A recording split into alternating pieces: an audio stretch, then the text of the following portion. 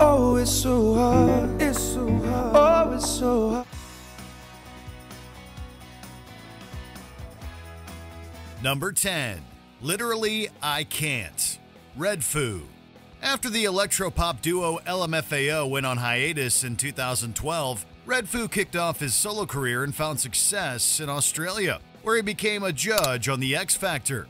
The party appeared to be rocking until 2014, when he was featured on a song by production duo Play & Skills. We party rockin', you got a big ol' butt, I can tell by the way you walkin'. Many found the lyrics and music video to be misogynistic and condemned the artist for seemingly promoting a culture of assault. Red Foo received the brunt of that criticism, with a petition calling for his dismissal from the X Factor judging panel amassing thousands of signatures. Don't talk about it, be about it. A few months later, Red Foo announced that he would be departing from the music competition series after just 2 seasons. His once budding solo career never recovered. Trying to see what you got, not trying to hear what you think. Number 9. The Way You Love Me, Carrie Hilson. Carrie Hilson's career took a particularly racy turn with her 2010 sophomore album, No Boys Allowed. Love it, it's the way you love me, touch me. Granted, she may not have been known as the most family-friendly artist in the industry, but many were stunned when they heard Hilson's collaboration with Rick Ross, The Way You Love Me.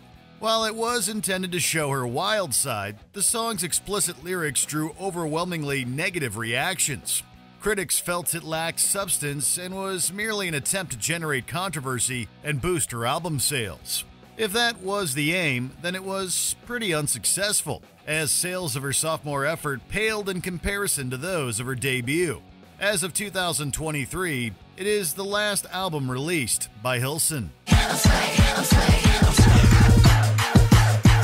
Number 8. Every Time the Beat Drop, Monica. R&B singer Monica rose to prominence in the mid-90s before achieving the biggest hit of her career with 1998's The Boy Is Mine. She remained a staple in R&B afterwards, with many of her subsequent records peaking in the top 10 of the Billboard charts. All the ladies in the club grab a dude. However, in 2006, the Georgia-born singer released Every Time the Beat Drop, bringing all of that success to a screeching halt. The lead single from her album, The Makings of Me, this track was a significant departure from her usual style and was seen by fans as a trend-chasing effort. Now I ain't talking about a little two-step, I'm talking about something that'll make you sweat. As a result, the song barely cracked the top half of the Billboard Hot 100 and left a lasting stain on Monica's once spotless career. Every time the beat drop. Y'all know what this is. Number 7. Girl You Know It's True, Milli Vanilli. This is probably the only song in history to bring an artist global fame and irreparably destroy their career at the same time. I'm in love with you, girl, 'cause you're on my mind. You're the one I think about most every time. Helmed by German producer Frank Farian, Girl You Know It's True became a chart-topping sensation worldwide and helped Milli Vanilli win the Grammy for Best New Artist. Rumors soon started circulating, however, that Fab Morvan and Rob Pilatus, the members of the group, didn't actually sing on the record. Those rumors gained traction after a live performance of the song in July 1989, when the pre-recorded track began skipping and a panicked Pilatus ran off the stage. The ensuing scandal resulted in the Recording Academy revoking their Grammy Award and the duo being dropped by their record label. Yes, you know it's true, girl. Number 6. Flatline, B.O.B. Once upon a time, B.O.B. was one of the hottest rappers on the block. The Decatur, Georgia artist earned a #1 hit with Nothing on You in 2009. They got nothing on you. He followed that up with a string of top 10 singles featuring names like Hayley Williams, Eminem, and Lil Wayne. Then in 2016, B.O.B. engaged in a heated Twitter debate with astrophysicist Neil deGrasse Tyson, in which the rapper claimed that the Earth is flat. As if that wasn't bad enough, he released Flatline, a single that not only dissed Tyson, but also touched on other bizarre conspiracy theories. Evidence, let's look at the evidence. Mother Herb, hey, what's up, bitch? What's your measurements? Needless to say, the song pushed whatever was left of B.O.B.'s career off the face of the earth. I got as far as I could go before I hit a dead end. Sit back and let it set in. Number 5. Pumps and a Bump, MC Hammer. Following the success of his fourth album, Too Legit to Quit, MC Hammer, or simply Hammer, took a 3-year hiatus, during which rumors began circulating that he had quit music.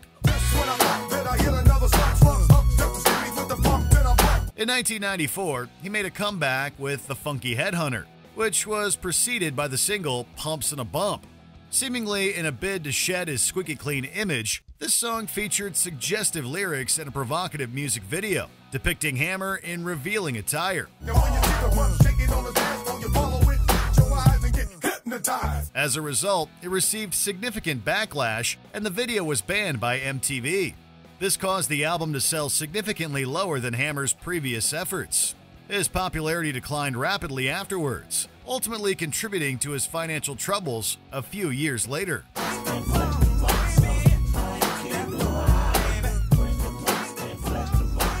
Number 4.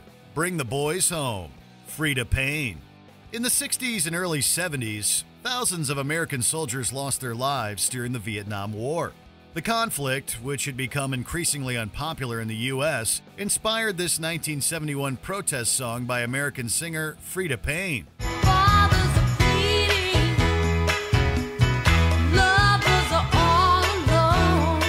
Written in part by General Johnson and Greg Perry, Bring the Boys Home was essentially a plea to stop the senseless deaths of young U.S. soldiers.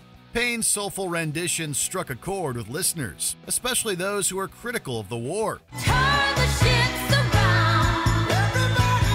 Lay your weapons down. However, it drew the ire of the U.S. military, who banned the song from the American Forces Network. Payne's career was all but over afterwards, as she left her label Invictus Records and gradually disappeared from the spotlight.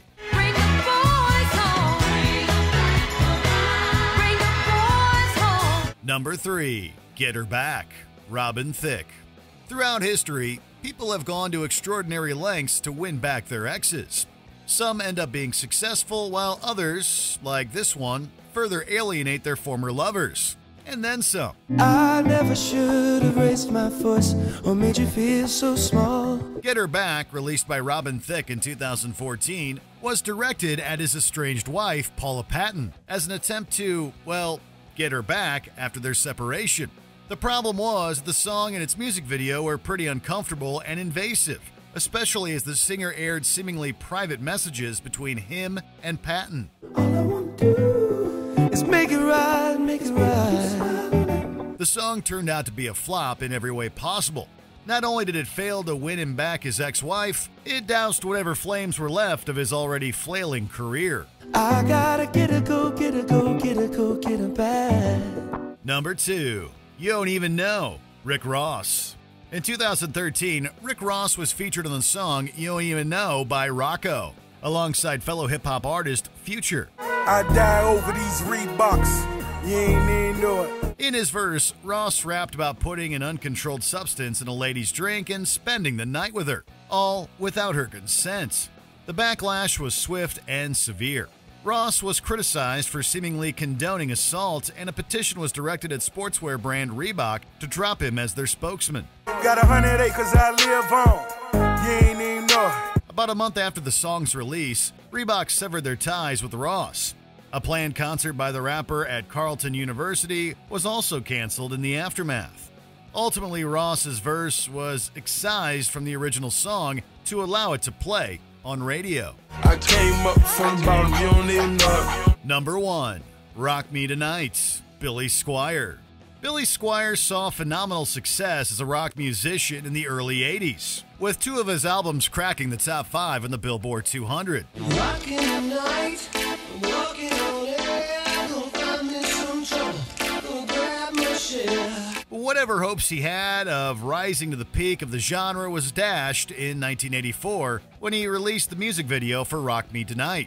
The clip, which was helmed by future High School Musical director Kenny Ortega, depicted Squier dancing around in a room. Take me in your arms, roll me through the night. The cheesy choreography was a deviation from Squire's previously established macho image and didn't quite go down well with rock fans. Although the single still did pretty well, Squire's subsequent music plummeted in sales. Indeed, this was the video that killed the rock and roll star. Did you enjoy this video? Check out these other clips from Watch Mojo, and be sure to subscribe and ring the bell to be notified about our latest videos.